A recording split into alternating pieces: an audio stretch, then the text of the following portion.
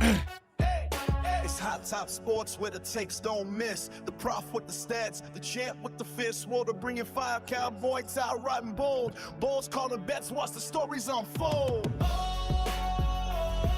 And it's through the eyebrows, running the show. It's Hot Top Sports, baby. Let's get it, let's go. Oh boy, oh boy, oh boy, oh boy. Good evening, good afternoon, ladies and gentlemen. Welcome back to another episode of High Top Sports. It is, in fact, Champ's Corner, one of the best days of the week. We got a good one in store. We've got Ole Miss Insider Ben from Ole Miss on 3 joining us. We've done a lot of talking ourselves. We had Allie in the show yesterday, getting kind of that echo chamber, right? We haven't had any LSU guys. I'm working on that because obviously they're part of this trifecta that we've got going on, this trilogy, if you will. And I think that look, this is what I think is important to discuss. This was all sides. We see how people are acting on Twitter, but I want to talk to other heads like ourselves and really kind of get a pulse. I think we all kind of see the writing on the wall where national media has been, but like ourselves, I think national media kind of has their own agenda. I also think they have zero balls because none of them will actually stand 10 toes down on anything because no one likes to be wrong. And I understand that. But in this world, no one's going to drag you. Yes, we will. Who am I kidding? You'll get absolutely throttled if you pick the wrong school here. So I guess you got to be careful with it. But the fact that everyone keeps talking and says that they don't know where he's going to go, I believe them. I really do. And that's when people ask me, Sheldon, how do you feel? If you received the calls, the text, the messages that I felt, you'd probably have 14 train whistles by now. But then if you go and hear those text messages, go read message boards and see what other people are saying, you throw them all away. So that's where I'm at with it because I don't know what to believe. I genuinely don't. I can convince myself that he's coming and I convince himself that he's leaving. So, or not leaving, I guess you should say. Maybe Ben will provide us some insight here today from the Ole Miss side of things. It continues to feel like that's where things are definitely over. I don't know. Maybe Ben will clear it up. We'll get Stephen Harrison here, and then we'll bring Ben on in. Steven, how you doing, big guy? Man, I've been better, to say the least. But I'm here. I'm alive, kicking. Still, I hear what you say. I'm still on the lane train. You know. Yeah. If you guys know anything about me, once I commit to something, I'm with it till you fire it. So I'm all aboard, man. I'm ready to get my tattoo. All right. I love it. I love it. I'm ready to rock and roll as well, too, obviously. It is FSU Hate Week, so later on in the show, you'll tell us your favorite thing about FSU, which will be fun. We will discuss a little bit about this Tennessee game, what it meant for you. And then, obviously, I know you and Urban, you guys talked. You said he's coming, so I'll pick your brain about that, but we'll leave the people on the hook for that here. We got Ben here. Let me go ahead and see. I think he might be having some technical issues, but let's get Ben in here. If we can. I see him in the green room, but I don't see him. Ben. Hey. Almost. Oh, okay. Can you hear me? I can hear you. I just can't see you, but we'll take it. Where am I? I clicked to I got the cam. See, like I don't know what's happening here, guys. I think you're Lane Kiffin us. One more. Hey, there you go. Look at here. Look what God did. Hold on. There we go. Hold on. Let me back it out a little bit. You know, I don't want to look at my face like that now. Good Lord have mercy. There you go. Looking good. Looking good. Looking good. I mean, like, because let's be honest, I'm 40 years young. Don't let this fool you, fellas. But you're 40. The moneymaker's the hair. 40 years young, baby. Man, damn, bro, you look. Hey, girls. No homo. You look fantastic for 40, man. I ain't gonna lie. I thought. Well, you're seeing me from the neck up, brother. Like down here is all 60 and older. But like back here, okay. You see back here, these are the girls. That's they're the giveaways. Riley, those are my babies. Yep, dead giveaways. So, and this is the family dressed up as Harry Potter characters for Halloween years ago. How we doing, fellas? Awesome. Are you a runner? Man. See some medals behind you. No, that's all my press passes from over the year. I see it. I've actually got right here. You're talking about Florida State Hate Week. Here's the Camping World Kickoff. Ole Miss and Florida State from, I guess, 2016. Chad Kelly and company. Remember that one? Wow, yeah. he's been doing it for a minute then. Okay, so I watched a clip of yours. 40 fellas, I wasn't playing with you now. Yeah, but you supported the data. I watched one of your clips the other day we were with Keith Nabier, and I said on the show, man. I was like, man, I thought you were young. I thought you were like just we right into. I was like, man, this guy's got it going on. I really enjoyed your approach and how you handle things. But now we've been doing it forever. You're damn near 90, so now I get it. Hey, look, I feel at home now. As long as you put me in the ground, and they're still like, as long as when you put me in the ground, I could still like go check out at like the tobacco store, and they'd be like, "Can I see your ID, please?" Because when that shit stops, and then we're gonna be in trouble. You know what I mean? And then we're gonna be in real trouble. I hear you. Well, Ben, we appreciate it, man. I know we got a little bit of time here, but I mean, this has been chaos. I think there's many words you can use to describe what's been going on here with this Lane saga. And we were just talking before you got here. We all live in our own little echo chamber. And I try, and I think that what you did, what I saw is we're trying to genuinely get a good pulse on what the situation is. And I believe the best way to do that is to go outside that chamber and ask outside. So that's what you're here to help us figure out. What are you feeling from your side? We had the presser today, which it just seems to be getting worse. Is Ole Miss in self-destruct, or is it really frustrating for you guys? Or are you guys kind of just used to this by now? I think Ole Miss has handled this really well, to be honest with you. Honestly, in the old days, there'd have been legitimate criticisms about how Ole Miss probably would have, been sitting in the cuck chair during all this. But I think Ole Miss has handled itself really, really well.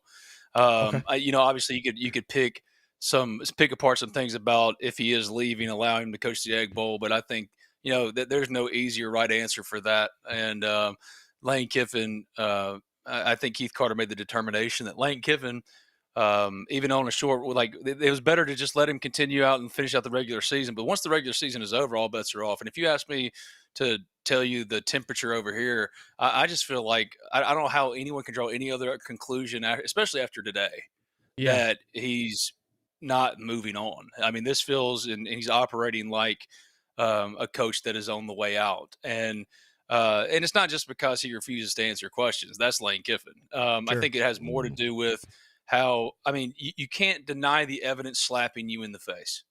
And while I've heard from the Ole Miss side of things a lot of legitimate optimism and saying just trust the process here, I just don't see it. I don't see that vision. And I know Ole Miss, by allowing itself to say, all right, we're putting all this aside publicly, at least with this Friday statement, we're putting all this aside, we're focusing on the Egg Bowl. What that was really indicative of is Ole Miss was saying, all right, we know where you stand, and now we have to go about the business of Ole Miss football. And they've already been talking down the road with John Sumrall, for example. I know he's a candidate over at Florida as well.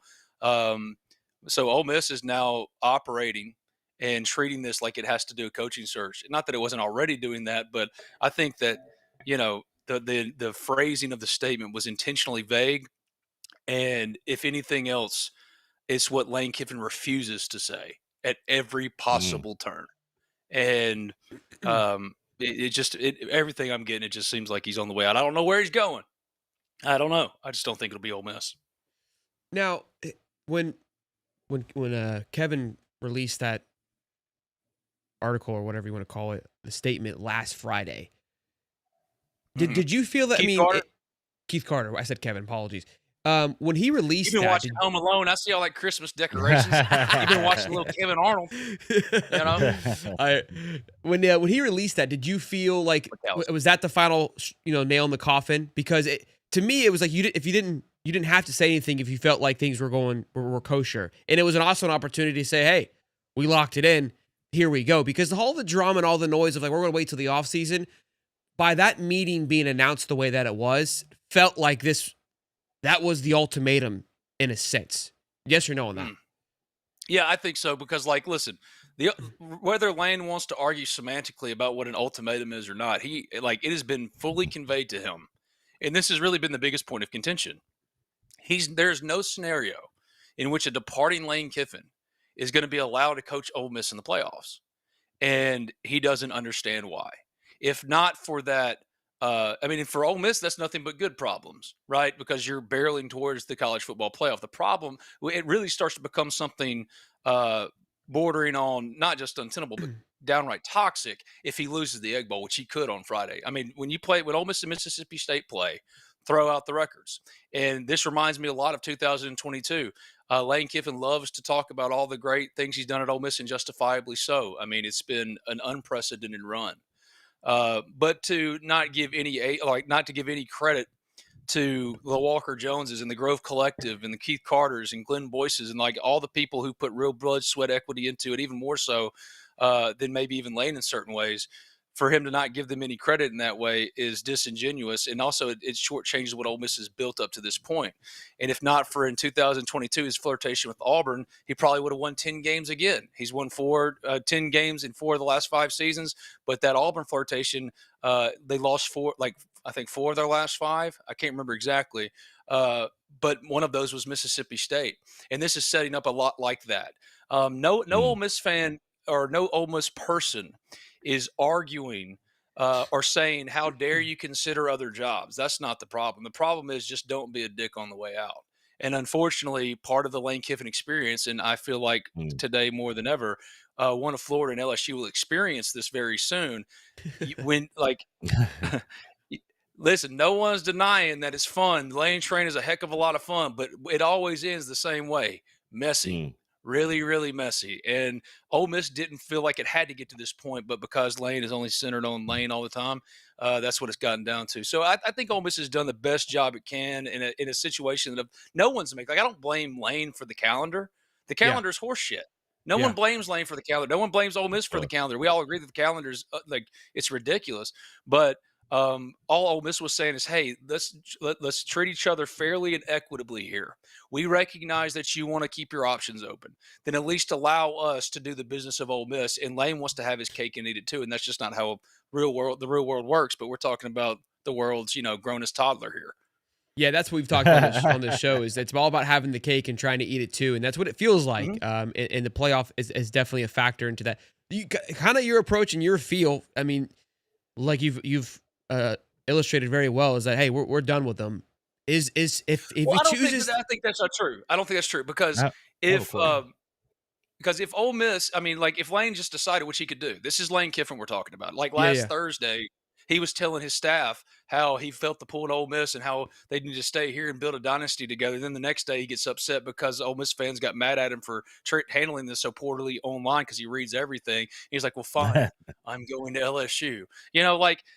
My whole thing. But at the end of all things, Ole Miss, of course, would welcome him back because they never wanted this relationship to end anyway. And winning cures all. And it's just that Lane has handled this as poorly as possible, and yet he doesn't see that side of it at all. And what you're seeing now is just a coach. Like, hopefully, Ole Miss just wins the Egg Bowl. If Ole Miss wins the Egg Bowl, regardless of who's coaching on Saturday, Ole Miss is heading toward the playoff. Regardless of Lane planning a story with Chris Lowe saying, yeah, but if you don't let me coach, they could treat you like Florida State years ago. No, none of that stuff's going to fly. Ole Miss, there's no opportunity or there's no scenario in which a departing Lane Kiffin's coaching Ole Miss in the playoffs. And the fact that he's lost control of that, he's only denied one thing, y'all. One thing, that he was handed an ultimatum by Ole Miss. Everything else, he's had no problem deferring, deflecting. He hates when he loses some semblance of control, and that's kind of what he's lost here in the court of public opinion. My man, Ben down there. Ben, do you think that he's hanging his hat on the fact that saying, hey, I didn't want it to come out in a bad way and I would have loved to coach y'all to the end, but you're not allowing me, so it's now on your hand? Well, he's going to frame it that way because, again, this is not personal at all. Like, Ole Miss fans love Lane Kiffin until he created this mess. It is brazen, guys. Absolutely brazen. This is an unprecedented situation anyway. But it is it's a different level of delusion that I didn't even recognize on the Saturday after winning your regular season home finale against Florida, the team that's trying to take one of the teams trying to take you from Ole Miss. He says it would be disrespectful to talk about that stuff. And quite literally the next day, you have family members flying private to Baton Rouge. Man. See, that's insane. From my seat, from my seat, I didn't feel that sting, but hearing it come from you, right. That's exactly how I feel. It's like we've been having fun with it over here, but it's like, damn, when you talk to it's like, yeah, it's like we're hearing the wife being cheated on. It's like, yeah, we're sorry, honey. Listen, that hurts so bad just now. My God, it's like you go up to your wife and you say, "Hey, I want to have an open marriage." She says, "No, I'm going to change the locks." And you go, "Wait, why? Why? That doesn't. Why you don't want me to stay? Hell no! The dynamic's going to play out like this. You know what I mean? Like that's not this isn't how it's supposed to play out at all. But Ole Miss fans will welcome him back, and Ole Miss would welcome him back. It would never be the same. And whether he stays or goes this cycle, he'll leave in 2 years. I don't believe there's any chance Lane Kiffin's the head coach of Ole Miss in 3 years. So if that's the case, and like that's the thing about Florida fans, it's been so interesting to watch. Like I've really gotten enough Florida fans by doing all these lives, man, and they get up in them comments and they're hilarious. And but like I think a lot of Florida fans are coming around too. This has nothing to do with Florida, you're not the same program as Ole Miss, or we're better than you now, or like LSU, you're just not the same. No one's denying the history of LSU and Florida, especially in the historical context compared to Ole Miss. This is a Lane Kiffin thing. If anything, Florida fans and LSU fans and Ole Miss fans should band together against band together because look, Ole Miss just went to work. You know, it wanted to have a seat at the table too. Now you're going to knock them because they got a seat at the table, and it's not just because of Lane Kiffin, but he would like you to think that it's only because of him. Well, if we're going to play that game, then friend, it's only your fault then with the best Ole Miss roster ever constructed that you lost 3 games including to a shitty Florida team at their place because you ran a wide receiver as your RB1 as your RB. You ran your 5th string wide receiver as an RB1 who's now at USM this year. So, like, you can't have your cake and eat it too, man. You can't talk out of both sides of your mouth. This is, like, the lowest bar of accountability. You understand that? Yeah. I've had people going like, hey, man, he wasn't going to answer anything. Why do you ask? Because it's our job to ask. If we don't ask it, who the hell else is going to ask it? Yeah, if you don't ask it, you'll get throttled for not asking it. Yeah, you have to ask the question. Yeah, so, like, we asked the question. Well, he said he wasn't going to answer it. Of course he isn't, because he doesn't want to look like a dick on the way out. But the problem is you've created that. And it's unfortunate. Because this is a place, especially if you win a title, if this team wins a title, they want to build a statue for you, and you have so little regard. Like it's like Ole Miss should be thanking you for the time you spent with them. That's insane. You know what I mean? That's insane. Like you should also be, and that's the whole deal. When it should be 2 weeks of talking about the regular season finale and punching your ticket to the college football playoff, this dude has got it all focused on him exactly how he wants it. He finally got what he wanted. He's a center of attention, but I don't think he was anticipating losing control of the narrative like he has. Yeah. So, Ben, me and Shelton spoke about this. You said that it'll never be the same. So, say you guys get them back, and just knowing that all of this happened, how passionately you feel about that, and honestly, listening to you explain it from your point of view and your perspective, being your team, and I'm a diehard Gator, but this is your team, how you feel, I can understand where you're coming from. So knowing that it'll never be the same, say he come back. But do you think he come back knowing that it'll never be the same? It's not like that, though. That's what I'm saying. Like, it's not like I'm going, well, screw Lane Kiffin. That's not what anybody's saying. We're just saying, dude, you're pissing all over the school that, like, quite literally has bent over backwards. All they're asking is for fairness and equitability as God commands of us. And all you can say is, I'm not talking about that. That's not acceptable. It's just not. Because whether you like it or not, there are real people in Amory and Pontotoc and New Albany and Oxford and Tupelo, real people who don't make $9 million a year. They're roofers. They're public school teachers. And they've given, and $100 doesn't mean, like, you wipe your ass lane with the $100. But for the $100 that comes out of the paycheck of the 3rd grade math teacher in New Albany, like, it hurts and is more painful in that way. I'm just telling you, have decency and regard for other people. You know what I mean? Because it ain't like what you've done at Ole Miss, you will have always done. But there's one thing that Lane Kiffin has always been the very best at: self-sabotage. He's the greatest college football coach. I mean, the greatest college football heel in the history of college football.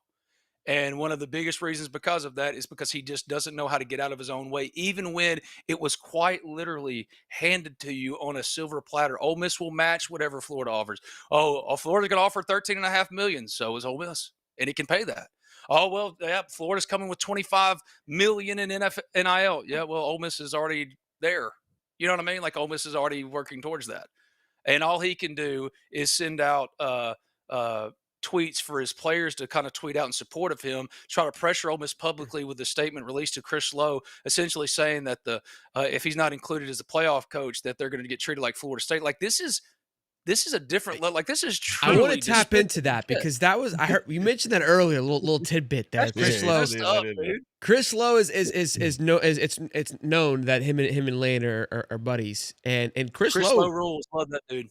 I was like y'all work for the same people. I was like, I love my guy. Chris Lowe's awesome. Like, this is not a knock on Chris Lowe. It's like but that's why it was leaked to Chris Lowe, because it has nothing to do with Chris. It has everything to do with Lane's strategy of not trying to put your program out in the forefront as it should be, instead to mitigate the damage that you created in the court of public opinion about leaving for another job unprecedentedly in the middle of a playoff race. This has never happened before, and yet you're like, but why do y'all think this is bad? I mean, isn't it obvious? Let me ask you a couple questions, though, because we beat him up, which I think is good. I think this was a refreshing way to look at it. And you did admit that the scheduling is not his fault, right? And this, no, and how it's all lined up, it's awful, right? You've got example I used today on the radio is that you have the NFL draft before the playoffs start. Like, that's what you have happening with it makes zero sense. And look, it's not even the NCAA's fault. It's just because these kids also go to school. We forget about that. So it's it is the NCAA's fault. Don't you ever let those bureaucrats. You're right. It is their fault. Bro. They could figure it out. They're smart people. No, we rage against the machine until we die. You hear me? Like, no, it's always the bureaucrats. How do you, like, if you were Lane, right? Because we're criticizing, and I'm not saying that there is a better way, but what would be the better, if he wanted to leave, which I don't think there's any wrongdoing in wanting to leave. Do you, unless that's, okay, it's how he's handling it. How would you handle it if you left, if you're Lane? But again, I do, the part of it is he wants to coach the playoffs. So there's two parts. If you said, hey, I would accept not coaching, which that's one side of it. But if you're wanting to coach the playoffs, rightfully so, you feel that you've built him to this point. How do you handle it? You feel like you've built them to this point. Well, I mean, look, as a head coach, you have an ego. I feel like that's sure. But like Glenn Boyce, Ole Miss Chancellor, kind of gave away the game a little bit today when he went on Richard Cross's show. We're going to talk about it later. And said straight up, like, he was praising the assistants because, like, this is a different culture now, guys. There are some players on this roster that have never really even spoken a word to Lane Kiffin. That sounds preposterous to us these days, but, like, this is big business, all right? Like, those players, I get why people say I feel bad for them. Those players, like, especially at Ole Miss, they're well compensated, and they have a job to do, and they understand, like, they're business-like in that way. And most of them don't even know, but, like, Glenn Boyce comes out and starts praising the assistants because it seemed like to me that Glenn Boyce is trying to make it very, very clear. Ole Miss is no longer beholden, or does it have to bend the knee to a cult of personality to compete. Just like Florida would come around to a John Summerall as their head coach, Ole Miss can get John Summerall. In the old days, Florida's coaching list and Ole Miss's coaching list would be different. They're not like that anymore. And what Lane Kiffin hates is the idea that he's no longer the biggest part of this. He is the most important and consequential. But to pretend like he has not gotten unprecedented support, like, wait till he goes to Florida and LSU and he tries to go, well, I want to leave for 6 months during COVID and just spend time on a boat because we're not doing anything. Let all my assistants coach and have Jeff Lebby as his sit-in, as his de facto coach, so he can go screw around on deep sea fishing voyages. Like, imagine the first time that Florida or LSU goes 9-3 with one of their best rosters ever. Do you think that Ole Miss never put him on the hot seat? Ole Miss never brought that up once. Like, there was none of that. And you mean to tell me, guys, as Florida people, the minute he did that, say, I don't know, if he had taken Tim Tebow's team in 2008 when Ken Sherlock and them came down and whooped that ass, I'm just saying, if they lost 3 games with that team, what would y'all say? Because at the end of all things, this hiring cycle is a bunch of doubles being sold as homers. All right. And Lane Kiffin, if you treat it fairly and judge it based on just the numbers themselves, he hasn't won shit, and now he's about to be paid more than Kirby Smart.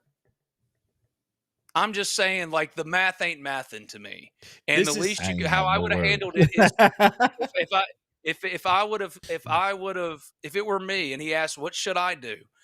If you want to entertain other jobs, that's fine. But isn't the whole point of the exercise is to get to this point? right? He always wants to win his own title. You've never been closer for your own title than right now, single-digit wins away, and all you can focus on is what's next for you. I would have said to come out and go, I am committed to this Ole Miss football team until its season ends, whenever that is. If other schools want to wait, I can't control the calendar. It's not up to me. If others want to come pursue, we'll deal with that later because, man, this business is very much year to year now. But I'm all in with Ole Miss, and no one would have said another word. So a lot of great points that you made there. I don't think that he could have rode the season out without saying another word, because if he did that, then if he were to choose to leave Ole Miss at that point, he would screw you guys in that scenario. So that's what I'm saying, is that I don't know if there's a best way. I think where you kind of nailed it on the head, and I think it's easier for you to have that perspective of it, is that, hey, it's not just about me. We didn't build this. And again, that speaks to who Lane is. That speaks to the ego, and that's what you get with Lane Kiffin, is that it's all about me. And I know a lot of Florida fans. There's been some Florida fans that are 50-50 on Lane, on whether or not, because he hasn't won the big one. He hasn't done a lot of different things. And I know right now that you've done a great job of pushing those that were probably reserved over the edge. So this has been a blast. I'm glad we did this. Here's the thing, like, Ben, if because I work for a website, I write and talk about Ole Miss all day, every day at the Ole Miss Spirit, OleMissSpirit.com, to flip on 3 sided today for $1. And thank you. Yes, sir. See, when you're a pro, you get that shit in. I was going to let you get it anyways, but I like the way you did it. Which is but we slip it in there. We got to be slick with this. It actually gets more received that way. Yeah, it's like maybe more retention. All right, we're getting off track here, but like for all of those people, those thousands of people that just want Lane Kiffin to like keep the relationship going, the best outcome for them, and I would want that for them, and for what Ole Miss has been and grown into, of course, is for Lane Kiffin to stay. It'd make for really funny press conferences because it'd be like, oh, there comes that stupid Ginger Shrek to talk shit again. But like for me, it's like it's the most basic form of accountability when that is real. It's been torture for your fan base for 2 weeks when they should be like this should be the biggest celebration right now. Of course, some nerves because it's the Egg Bowl. You throw out the records for the in-state rival, Ole Miss State. They lost to State in 2022 based off of the same kind of stuff, and this is 2022 on steroids, right? Like they should be celebrating one of the greatest times as far as results and program notoriety and where they're headed. And they can't because Lane Kiffin wants to play games like we're in an episode of Keeping Up with the Kardashians. Forgive me if I say that's a little messed up. And if I ask you a basic question like, hey, the decision that is expected on Saturday, have you made it yet? I think that's more than fair. And he's refused to answer all those at every single turn. So for me, I don't think there's any other conclusion that can be drawn today other than this is a man I head out the door. And if he does, best of luck to him. Man, it was an unbelievable ride. It really was. Like Ole Miss and Lane Kiffin, for both of them at the time of their lives that they were in, needed each other desperately, and it proved a perfect marriage. That still doesn't absolve you from doing what you always do, and that's when you sign up for the Lane Kiffin experience, just know it's going to end messy.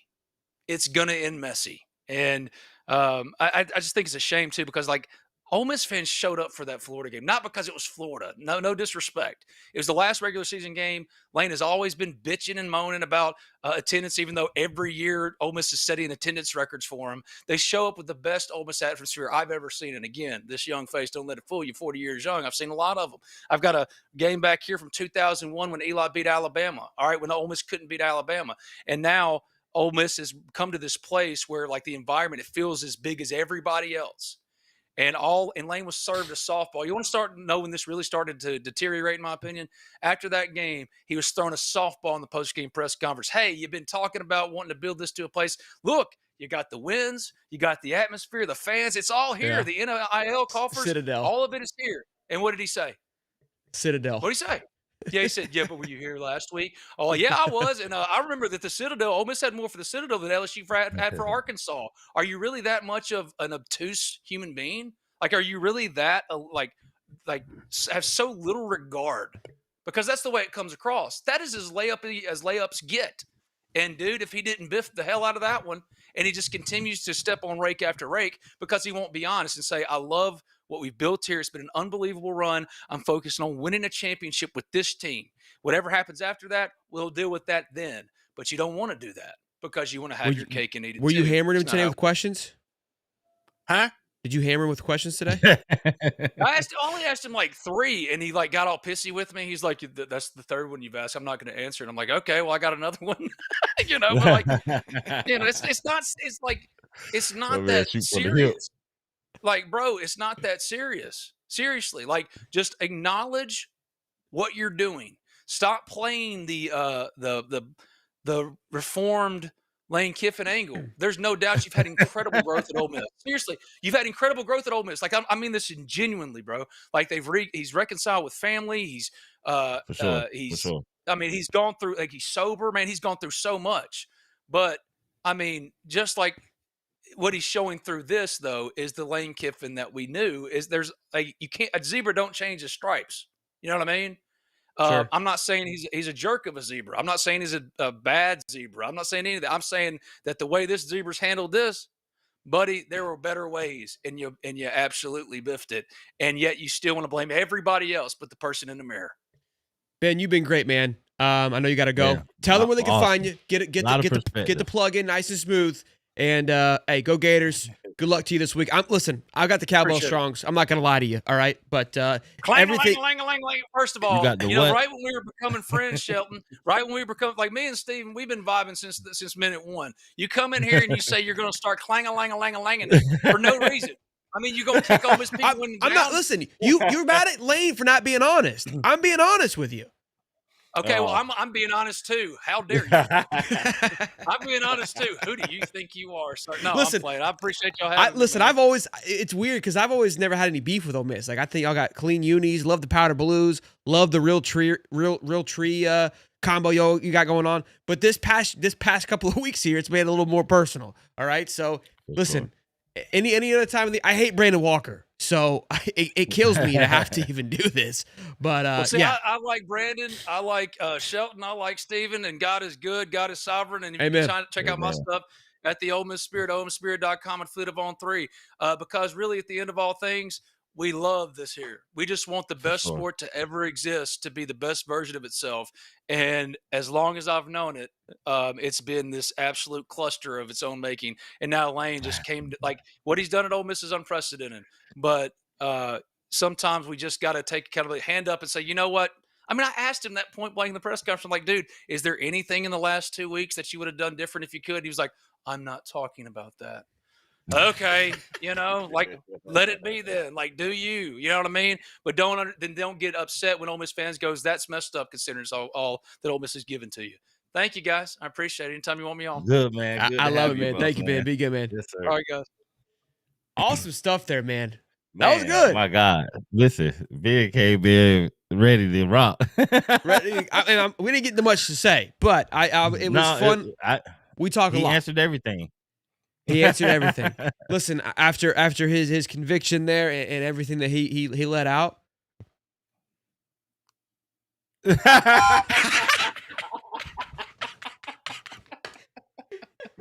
Hey, listen, listen. Give me all the toxicity. Give me Kif Car. Hey, Ben, thank you. Kif Dashian's t-shirt. You know what I'm saying, baby? Wife's gonna wear the hell out of it. Bring him in, baby. I'm gonna regret this clip. I needed all of that energy, but in all seriousness, I never understood where they were coming from with their energy.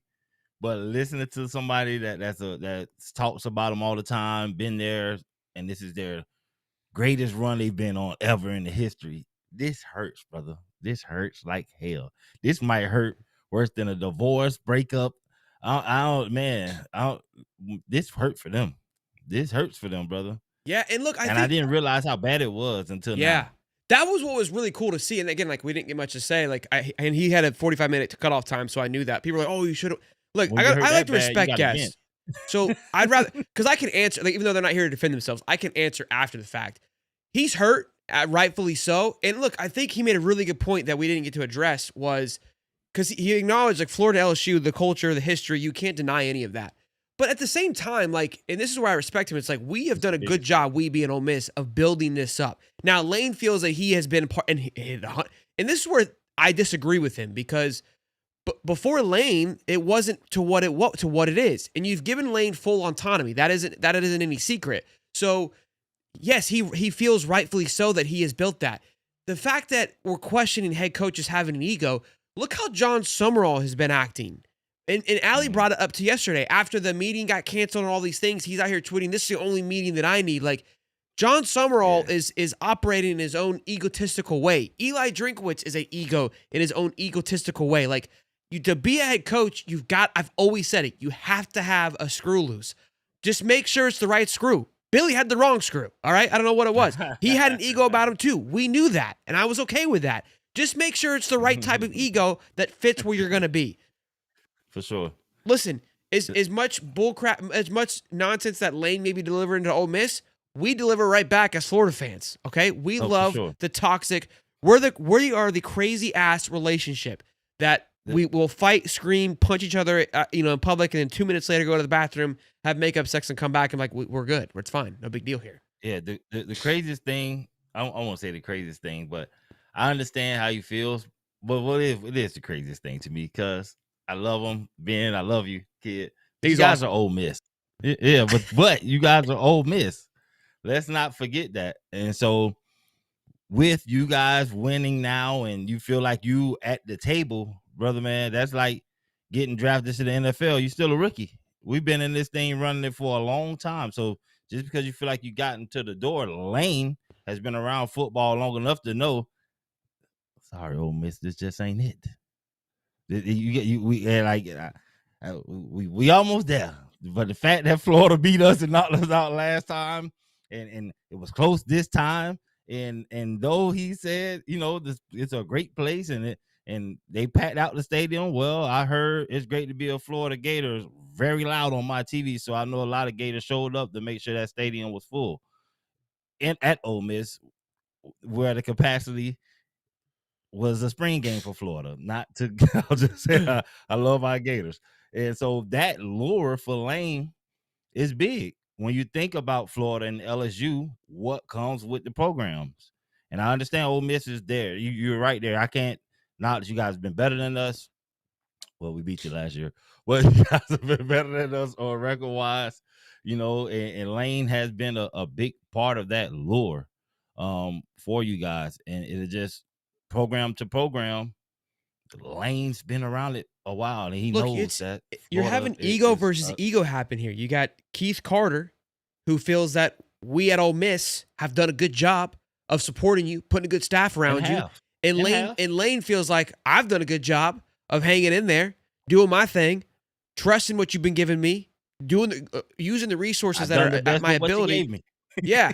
And now here we are. We got two egos, and one ego's like, "You need me." One ego's like, "The hell I do." And there's like, "Who's gonna budge?"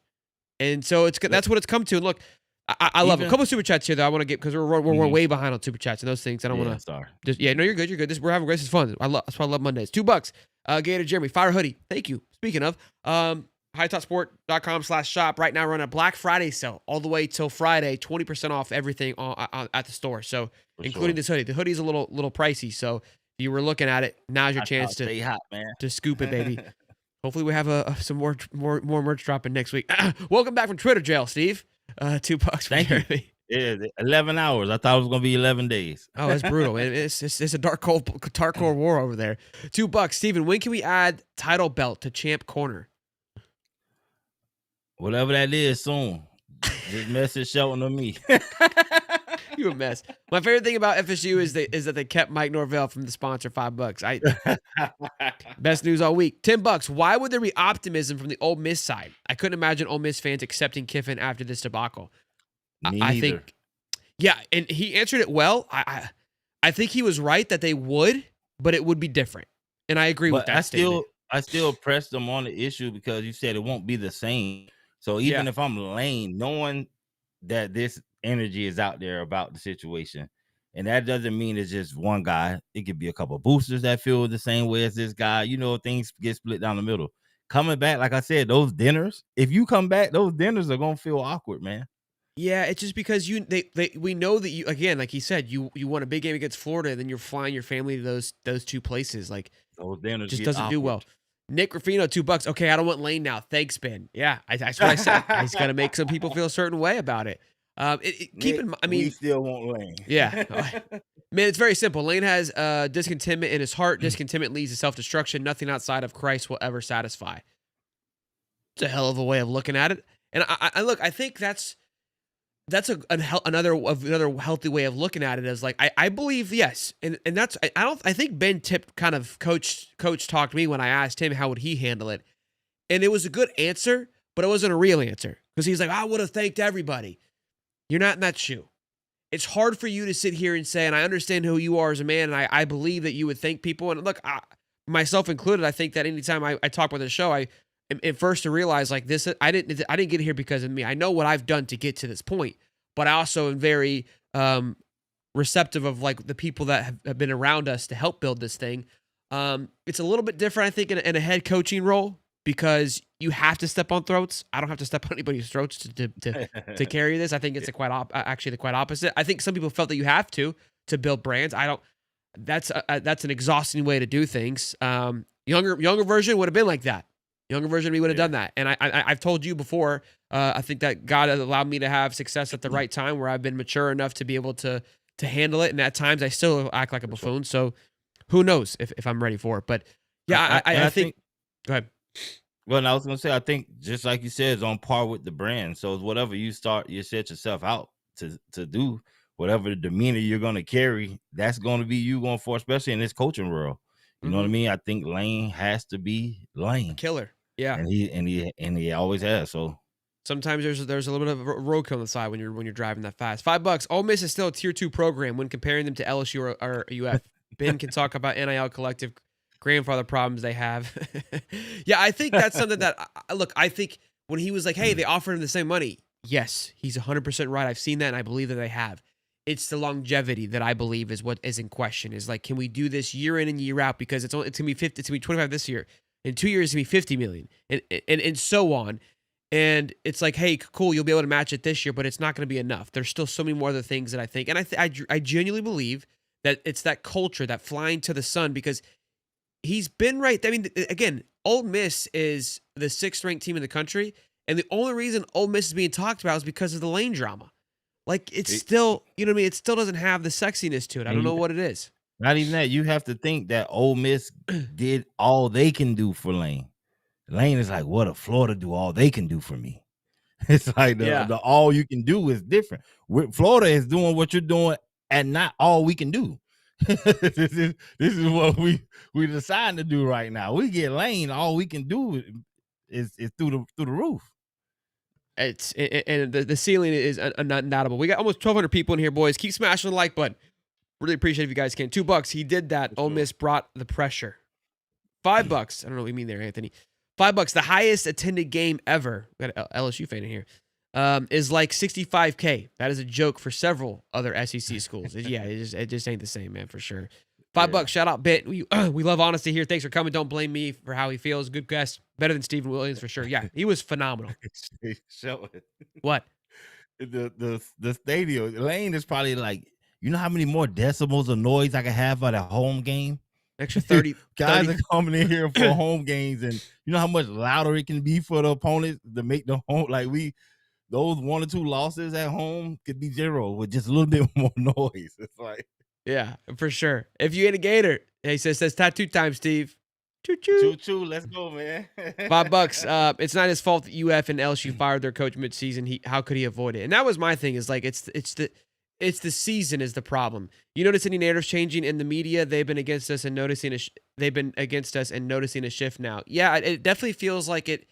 It doesn't seem to be as heavy as a lean. I think it's back to where people are like, it's like LSU showed up to the party and was like, "Woo, we're here! Look at us, we're sexy!" And it's like, we've already been talking about this for 2 weeks. So I think they kind of took it by storm. But I think it's definitely it's very still in reach for everybody. Personally, why can every coach have things pointed out where they're failing and not change? Stupid is stupid. Billy, offensive coordinator, Mullen recruiting, Lane equals money. Does it equal natty?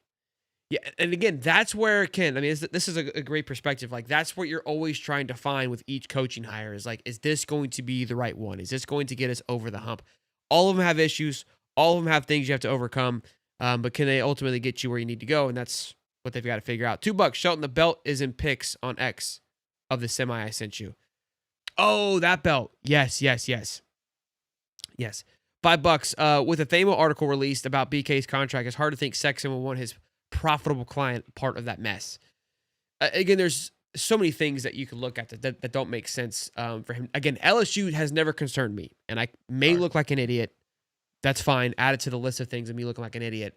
But I believe him staying concerns me more than anything else. Genuinely. That's where I'm at with it. So Ben mentioned this in his rant, but didn't really elaborate. And I'm going to play the clip here. This is from where he was talking about the staff needing more appreciation, right? So this is from Glenn Boyce, the chancellor at Ole Miss. And just listen to what he had to say about the situation. Okay. Elite assistant coaching staff. They're absolutely amazing. And they do a tremendous job all up and down the line. And Coach Giffen has done a great job putting together that coaching staff. And that coaching staff is really where the players stay focused. That coaching staff is the ones that keep them grounded. It keeps them led, and it makes sure that they're ready and prepared to play the game. And so I'm excited about the fact that this coaching staff has done this kind of job this year with this team. We have an elite. A lot of this staff, that staff, this staff, that staff. Lang had mentioned one time about building that staff, but this staff has done their job of putting this all together. And look, I honestly respect the hell out of it.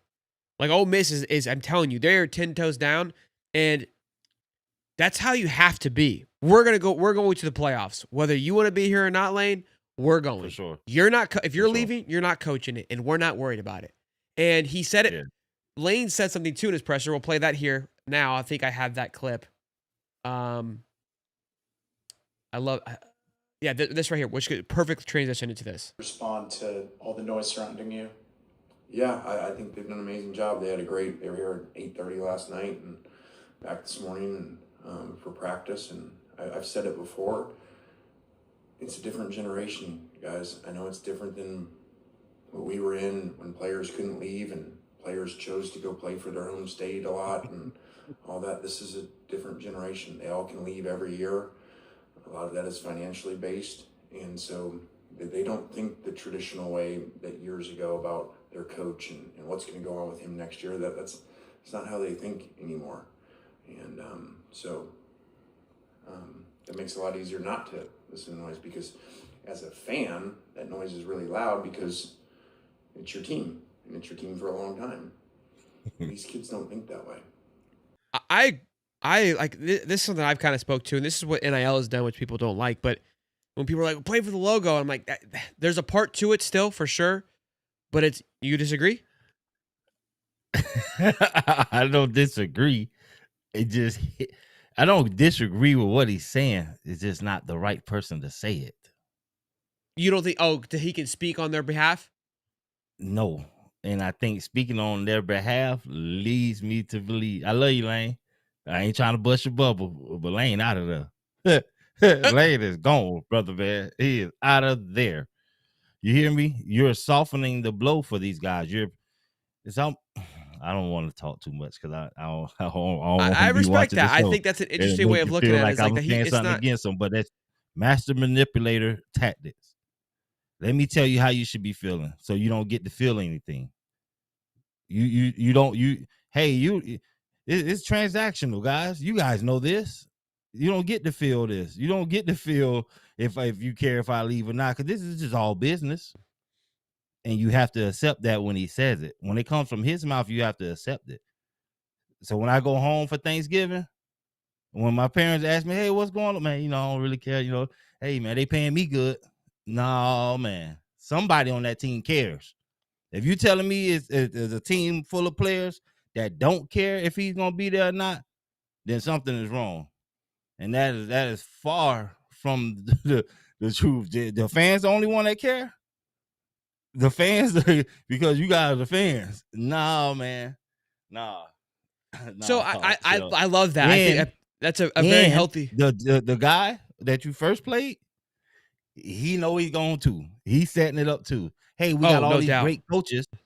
So when he does leave, don't worry, fans. We're going to be able to win. Hey, he's gone, but this is all set in place. and Lane did a great job picking them. But these guys here are going to carry us when he leaves, so you have nothing to worry about. Let's pack out this home stadium if we win, so we get this home playoff game. Let's sell $1 million in merchandise, do all we can do, but we're going to be just fine. That's the message you have to see. You can't send a message that you're going to crumble when he leaves. So you have to big up the people. This is all strategic in my eyes, just from a guy that's listen. This thing is big, but it's going to happen. But the way it's being set up, I mean, I don't want to say set up, the way it's falling, it's how it has to fall, but there's a lot of damage control being done right now, and this is a part of it. And Lane saying that people don't get to feel nothing, and it's a whole nother game, and that these guys are just transactional. You don't even want to hear that it's transactional, and you don't even want fans to thinking that it's just transactional, because they won't support you if it's just transactional. This is why I love this, because perceptions are awesome. And this is why I think it's important to listen to people when they talk and have these conversations, because that's not how I took it at all. And again, maybe because I'm a little blinded. Maybe I do have the Kool-Aid glasses on, where I just infatuated with Lane. It's like, this guy can do no wrong.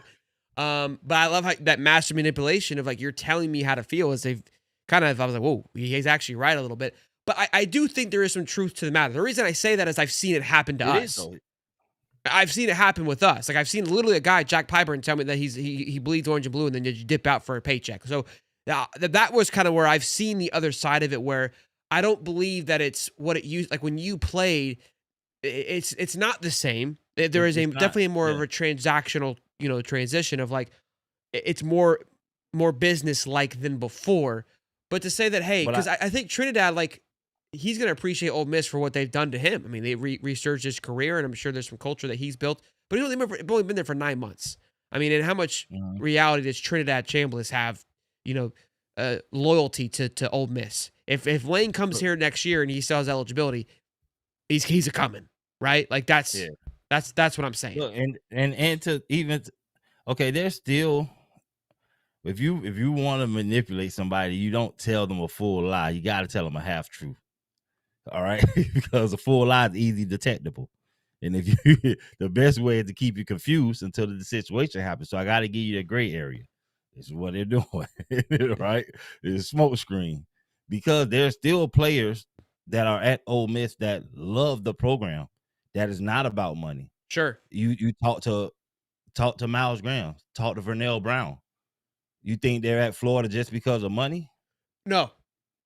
So therefore, the same thing exists at Ole Miss, from legacy or people that are in the city that played there, that grew up there, going to school, going to see games since they were a kid, and just wanted to live and die with putting on Ole Miss. And probably there's a lot of people that probably accept their less just to go there because they want to be at Ole Miss. And not a lot of them. Being Lane understands that, because a lot of the 5 stars he probably wanted to get. Yeah, probably said, it's just Ole Miss. I just don't want to go there. And he recognized he could do more somewhere else. But on the same token, he has to say it. He has to say it, because it's going to sting. So he has to make it seem transactional, but it's just not all true. That all those guys on that team don't care, and that they're not worried if he's going to be leaving or not. You don't think for Thanksgiving or whatever they doing for Thanksgiving, these gatherings that they're trying to have, that people are going to be asking these players what's going on. You don't think parents are asking these players what's going on? Hey, son, how you feeling? I know the news been going out. Are you all right? You trying to stay focused? Everybody doesn't have the capacity to be the coach brain and just lock in and say, I'm just going to focus on this task. That's not the real world. Sure. Now, look, I think it was a healthy take. Yeah, sure. No question. We got some super chats we're going to read here, but before we do that, this episode is brought to you by Prize Picks. It is the holiday season, the best time of year for sports, bowl games, basketball matchups, playoff pushes. It is all happening at once, and while you and I are out here making decisions every day, what gifts to buy, what to eat, which game to watch, there's one place where it feels good to be right, and that is Prize Picks. Right now, I've been telling you guys about their new Stack 'em. I'm a Stack 'em slut, where you can choose one player and have multiple things go their way. For tonight's game, I chose Christian McCaffrey to have more than half a touchdown and also to have more than 26.5 receiving yards. So I love it, because obviously there are guys that can get hot, especially if you have your own team, what they're doing. Double down on those guys versus having to pick multiple people, and you're starting to get to like the stringy area of like, is he going to do what he's supposed to do? You don't know. Then I got T-Mac for more. I think it was then 65.5 receiving yards. TT is also on my fantasy football team, so I need him to do some good things for me. But new feature alert: PrizePicks now has the early payouts. If your lineup gets off to a hot start, you may now have the option to cash out those winnings before the game even finishes. I could have used that a lot this season. Is your fantasy season over already? My team is not quite cooked, but with PrizePicks, I don't have to wait until next year's draft. PrizePicks lets you play fantasy football every week, pick your favorite players, and win when they hit their projections every week. No draft required. Download the PrizePicks app today and use code HIGHTOP to get $50 in lineups after you play your first $5 lineup. That's code HIGHTOP to get $50 in lineup after you play your first $5 lineup. PrizePicks. It's good to be right, baby. Now, we got a few more. Top. So one more thing I want to say regarding that Lane situation. The guy said he picked the coaches, right? These same coaches might be out the door. Yeah, that's something I've thought of too. And Ole Miss was like, we've got a great staff on hand here. I'm like, I don't like. Thank you. Do you think that they're going to stay, or that Lane doesn't take them with them, and the new coach would have to just automatically acquire all of them? Like that. Yeah. I just these are things I'm like, maybe I just don't know. I should just stay in my lane. So I don't know. I appreciate him letting us know they good though. Yeah, $5, man. If Lane can get to Florida it could be very similar for what Saban did for Bama. It was 17 years between national championships for Bama. We always try to find a history run. My man's Palatial Sports, I feel like I messed it up. Lane's daughter's still dating Weeks, linebacker for LSU, but he'll be in the NFL. Still the only aspect that's a little weird on how to judge. Still think he picks you. I don't think he gives a damn about going to LSU for his daughter's boyfriend who puked 19 times when they played him. I just don't see it. I ain't seen a knee proposal yet, so. Yeah. No. Boys and girls, 1,000 strong in here, hanging out with Mr. Stephen Harris and myself. Steve, it is Hate FSU week. I don't know if you knew that or not. Of course. We'll be there this Saturday at Saki Sushi, just right off of University Ave, right across from the stadium at 11 a.m. doing a show there. Should be a good time. I'll drop some deets here on X and on here, where to be and what time. So you guys, if you guys want to come by and hang out, please do. We'll be happy to see you. But yeah, I hate these bastards. I am in town for the Florida State game, for sure. You busting some heads? I might have to go out like Captain, whatever the guy name was. I seen him getting arrested in the stands at the Tennessee game or taken out the stadium. He said, we couldn't fight on the field. He was going to fight in the stands. I didn't see that. Yeah, so, yeah, I'm going to be in the stands, just so you know. Okay. All right. No sideline passes because Billy's gone. He's lost his pass. All right. So I might, if we can't win on the field, I'm gonna have to win in the stands. We got to beat these bastards. I can't stand these twats. Dude. No, for sure, man. We better smash the hell out of these guys, man. Oh my God. I mean, just to snatch away, to get to hand Norvell a second loss. I mean, I hope we can end. I hope Saturday is just like the blessing. Like we get Lane. Bog gets 1,000. It's. I know we're not gonna get any of it, right? Like that's the kind of the feeling that it's been going. If we land all three, it's like it was worth the pain. You know, like we got to for what we've been through for sure. I'm like, the season didn't even count. We won. Yeah. You think I'm off-season champions now? You don't let the trifecta happen on Saturday. Y'all gonna hate my ass, and it's not gonna be y'all. It's like a national championship for sure. Dude, hold on. I'm not one to ban people, but this stupid little twat muffin, bro, shut your ass up. My goodness, you stupid little. He's been high for 20-some years, man. It's all right. God, like, dude, it's like I'm all for it. Like, have your fun, but dude, you're dumb. He's been going ham in the chat. Just stupid. Like, not even having conversations. Like, what is this? I mean, what is this? You're stupid. I banned him. I think he came back under another name. Like, he's just like, bro, act like, come on, man. Damn. So Florida State Hate Week. Favorite memory. Favorite memory? Yeah, what's your favorite thing about FSU? Favorite thing about FSU? That is Ron Zook Stadium. I guess that would be my favorite, like, historic Gator memory is them naming the field after Bobby Bowden, and then we go and smash them and carry Ron Zook off the field for his last game. That probably most favorite fun memory, but my best, well, I don't. My hate started with Florida State in 2003 when they came to the swamp and cheated us, and then we tried to stop them. I told them, "Hey man, y'all cheated. Just go to the locker room. Don't be jumping on my field." And they wanted to jump on the field out of redshirt freshman. Me and Marcus Thomas, he was true freshman. Hey, stop jumping on the field. And Darnell Dockett pushed Marcus. I hit him with the 2-piece, beep, beep, and the big fight broke out. So that's like my most memorable moment. Yeah, and ever since then, I couldn't stand them at all. So yeah. Yeah, I just their fans. I mean, their fans are just a bunch of twats too. I think they're definitely the worst fan base that I've encountered. And I've got family members, and I put them in that same category. Yeah, I don't know what it is. It's just I just You know why I hate them so much though? It's because they're in the ACC. And them in Miami like gang up on us. Like y'all don't hate each other. Miami did join y'all conference. Okay, I get that. So maybe you don't consider Miami as the biggest rival, but they're in your conference. Why are we still consider your biggest rival? But you on Miami like buddy. It's not even that big of a. And then who are y'all real rival in the ACC? You like it was Clemson. We for a got little Georgia. bit, yeah, we got Tennessee. Huh? Yeah, huh? No, I hear you. It's like the Gators or nobody for y'all. So that let me know how bad y'all suck. Cause y'all imposter syndrome for sure. For sure. Yeah, it just I don't know. I want to wear their asses out. There's if I had to put in order, years, this is the only one we have to win for me, bro. it's look, it's this and Georgia are like 1A, 1B kind of thing. Tennessee is right there too. I mean, who am I kidding? Yeah, but Tennessee at home obviously was a big deal. Going to Tennessee is a tough place to play, and I've always respected that. But FSU, I don't care where we play. The love of it being the SEC games, Georgia and Tennessee, and especially Georgia because of the Florida-Georgia rivalry, two states. We always, as players, talk about who has the best athletes. Of course, Florida always, we number one. Then Texas jumps in the picture, but then Georgia try to jump in the picture. They like competing for B, Georgia and Texas, for who has the best athletes. So it's always a big rivalry to us.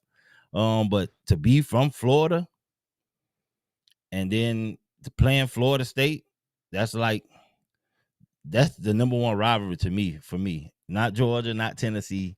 We must annihilate Florida State. Georgia and Florida, Tennessee, to me, I know it's a lot of people, Georgia's number one. Yeah. But Florida State, being from Florida, we have to beat those guys, brother. No, I look, it's 1A, 1B, but yeah, it'll be fun. I'm excited for Saturday. I will be there. Steve will be there. If you guys want to come by and say, hey, again, we'll be at Saki Sushi. I'll drop more information on how to find us. We'll be live tomorrow morning. Prof and I beer reviews at 8 a.m. Stephen Harris, shout out again to Ben from Ole Miss on 3. Ben. Fun show, great show, good show, all the good stuff. Smash the like button. Subscribe if you're not subscribed. Even if you don't want to watch, just subscribe. Help us get to 30,000. I'm sorry, Sheldon. My last announcement. I apologize. I know a lot of you guys, you always asking how do you join the Discord. So if you're on your phone, which most of you guys are watching on, you have to go to your web browser and go to YouTube. But make sure it's on desktop mode. When you're on desktop mode, then you can see it in the description. If you're on your phone and you're just looking at it and you're not going to the web browser, you're not going to see it. If you're using the YouTube app, you're not going to be able to go to it. You have to go to the web browser, log into your YouTube, but make sure it's on desktop mode, and then you can click the link that's in the description to join the Discord. Sorry. No, good. Thank you. I appreciate that, Steve. You the man, baby. Michael John, and there's some super chats I missed. Michael Johnson, $5. I hope to see you all at the game Saturday. I'll be sitting in the north end zone. Absolutely, my man. Free Seafood University from Swamp Life, $2. And then Tony Benjamin, $2. Georgia always is 1A. I can't stand them. It's Hot Top Sports where the takes don't miss. The prof with the stats, the champ with the fist. Water bringing fire, cowboy, tie riding bold. Bulls calling bets, watch the stories. This is Cody. That's Sitting here with Miss Martha and her sweet sister on the line and a cold one in my hand. Chat room done dragged her into this mess. It's Martha Mondays, baby. Yo, it's Cody from High Top. Orange and blue in my vein. Got Miss Martha on the porch, twin sister on the phone, ringing again. 70 years young, but she still throw the horns up. Sipping craft while the Gators run the score up. Sweet tea and cold brew, orange and blue. Martha and Cody, what we finna do? Crack a can, rate it 1 to 10. Gator chomp on the porch, Martha Mondays again. This IPA tastes like a lawnmower's dream, but I give it 8.5 cause it's hoppy like the team. My twin sister just called, said, Martha, don't you cuss? I said, honey, I'm on the radio, I cuss if I must. Sweet tea and cold brew, orange and blue.